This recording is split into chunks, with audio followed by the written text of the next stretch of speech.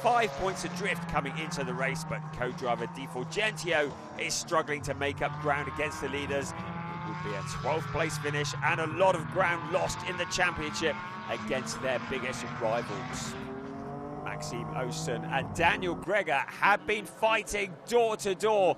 You saw them coming together through the Castrol Omega turn. This is a fight that would... Hugo Sasser with the first stint at the wheel, was in third place, pushing forwards from a fourth place starting position, but it was Gabriel Piana from 26th on the grid, already up to 8th place within the first 20 minutes of the race, challenging and passing Nathan Schaap in the Allied Racing Porsche.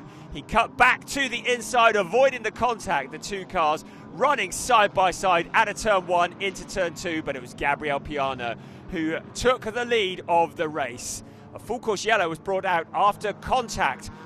That was between Tom Edgar and Emil Yerdrum. Emil Yerdrum hard from the front to the back of the pack. The track is still wet after the shower, but several teams are thinking about changing to slick tyres. It's a decision that would prove to be costly in the end. Instead, the conditions continue to get worse, allowing the leader to... In Jan, Janis Fitcher had done the first stint. Jan had taken over and he had found a route past Hugo Sasser and up into a podium position. In the closing stages of the race, David Jan getting it all wrong at the hairpin, under braking. He loses a whole load of places into turn 1. The Aston Martin versus the Mercedes, but still Springhob was coming back on Sasser. Side by side they ran for lap after lap until finally Hugo Sasser was able to shut the door and get the Pro Sport Aston Martin to the front of the race. When we look at the highlights, their cars down in the middle of the top end of the front 10 there, are just on the outside being pushed wide at the first turn, at about 7th place at this early stage of the race. Of course, there was a lot more to happen. The Bullet Racing Mercedes right in the middle of the mix, they had a very good opening sequence as well, but you must say... Orov now leading the race, but it wasn't long before David Jan up again towards the waterfall, finds a route past and steals the lead away. Mike David Ortmann, who's taken over from Hugo Sasser, was not long following in his wake as well. The two cars dueling for the lead. David Jan went wide out of turn 13.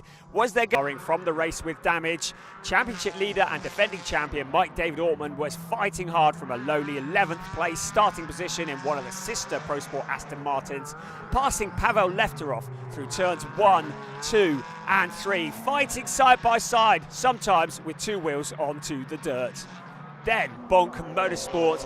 The challenge for second place was continuing. Enzo Juli had taken over from Mark Di Fulgentio and Alex Connor from Jan-Philipp Springhob.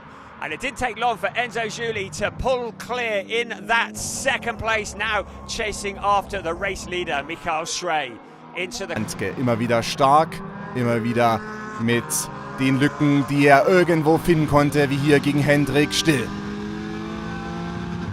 Und da geht's dann vorbei. Handke mit dem nächsten Positionsgewinn ging vor bis auf Rang 6. Vorne auf den zweiten Platz. Anschließend kassiert Osten seinen Markenkollegen Jansen. Klasse Racing in der GT4 Germany. Nach den Fahrerwechseln Marat Kairov nun für Piana im führenden BMW mit rund 5 Sekunden Vorsprung vor Mike David Ortmann. Zu diesem Zeitpunkt sieht es noch nach einem ungefährdeten Sieg für Hofer Racing aus. Behind the safety car. The mandatory pit stop window has not yet opened and the track is starting to dry out. A dry line is starting to appear on the surface and big decisions need to be made. Denis Bulatov's point of view shows action. Duel for second position is raging between Mike David Ortmann and Theo Noé, both drivers in Aston Martins. The two drivers give nothing up in the final laps, while Simon Conoprim has built up a sufficient lead that he can cruise to his second race victory of the season, along with co-driver Jan-Philipp Springhob.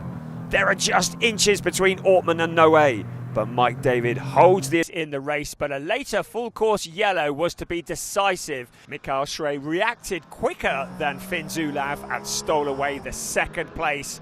The second, Hofer Racing by Bonk Motorsport BMW with Tim Reiter at the wheel, was to retire though. Deuxième au premier virage, elle est en train de remonter ici vers le podium et on le voit, c'est chaud pour le podium avec notamment ce contact entre Jim Pla et Finlay Hutchinson qui va permettre à Benjamin Lariche de passer devant. Matthew George s'offre une figure artistique, 360 degrés et une note artistique. After yesterday's disqualification was desperate to make places up, but a collision with the guesting Nick Lustenhagen was putting paid to those chances. Both cars going deep into the hairpin and damage for the number 54 car. Meanwhile, challenges for Mike David Altman and car number 2. That was Gabriel Piana, the 2021 outside of the corner in the Aston Martin. They run side by side before Mike David Altman eventually finds a route past, and Simon Conoprin following in his wake. In the background was Finn Zulauf, also in a Porsche, and he was tracking the lead 3 cars. In the championship, they only needed to score 7 points this weekend to become the first ever driver pairing to successfully defend a championship in the GT4. The race underway, it was Hugo Sass who started on pole position. David Yarn challenging on the outside. You saw cars spinning in the background. Lots of drama, as is always the way in ADAC GT4 Germany. Advantage into the first corner. Straight away, drama for Stefan Tribodini as he was tapped into a spin by Milan Donja, for which Donja got a penalty, and Fiona James also lost it, so that car compromised late in the race too. There, making progress, was Mads Sillyhag. He took over the race lead as the Porsche Cayman was very... Josef Knoop im Porsche vor den beiden BMW von Gabriele Piana und Leighton Fury. Wenig später Wirbel an der Spitze. Gabriele Piana übernimmt die Führung von Knoop und Leighton Fury biegt nach seinem zu kurzen Boxenstopp ab zur Penalty Lap. Während Gabriele Piana den Sieg ungefährdet für sich und Michael Schrey mit über 11 Sekunden nach Hause fährt, kann auch He found a route past, but then later on there was contact, and it was Goglock who went spinning to rejoin further down the pack. Even Eccleship was really dialed in the Wimmerwerk Porsche, coming through to take the lead from Piana. Meanwhile, the Jamaican duo, Senna Summerbell and Thomas Gore, their day was Janis Fitcher for the second half. Hugo Sasser has taken over from Ortmann, and the championship contender comes under attack from Finn Zulauf for third place. The second WNS Porsche is into a podium position. Sasser is under pressure with Simon Conoprin behind.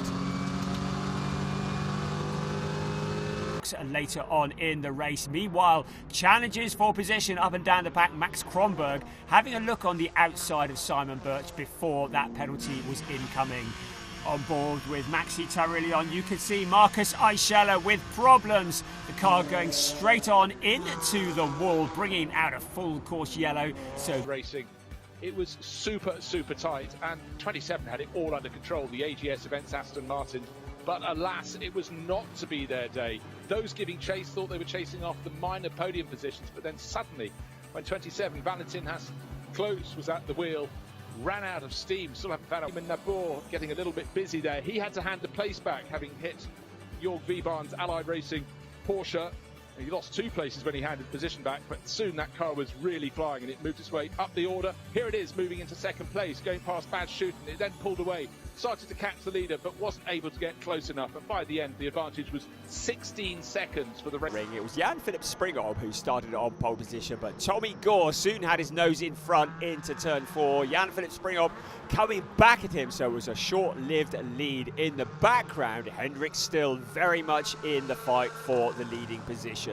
Springhoff was soon back in front. Hendrick still... He tried the outside, he tried the inside. Then when he went up the inside, it was as though Milan Dončić just was put off, didn't look at his braking point, missed it, and then he went for a massive drive through the gravel trap on the outside, just missing the barriers. So the McLaren was first to the finish line, but in the intervening couple of minutes, they'd both been hit with a 40-second penalty for that pass on the safety car. And that handed victory to the 1-1. On his outlap, went over the white lines about 3 times, was given a drive-through penalty for that. And as it happens, the McLaren was ahead just when their pit stops were completed, and that expanded the advantage to a very tidy number for Ricardo van der Ende. And the teammates, Nico Menzel 1-1-0 and Gabriele Piano 1-1-1, fighting super hard together, really enthralling racing, but up into second place went the 55. Drama lower down the order straight away for the Marcus Pavarud Mercedes that ended up smokily making its way towards paddock. Jörg Wiebahn was on his toes straight away, launching himself up the inside and gaining track position as well as they went through Druids. Finlay Hutchinson's McLaren on the outside line, a car that would have a rather significant part to play late race for all the wrong reasons, sadly. Then there was drama. Reason the cozy racing by Eastside Motorsport, Aston Martin jumping up into second place. And soon Hurtler was also coming under pressure to be passed by Tim Reiter. Springall was the next driver to be overtaken by Tim Reiter, but soon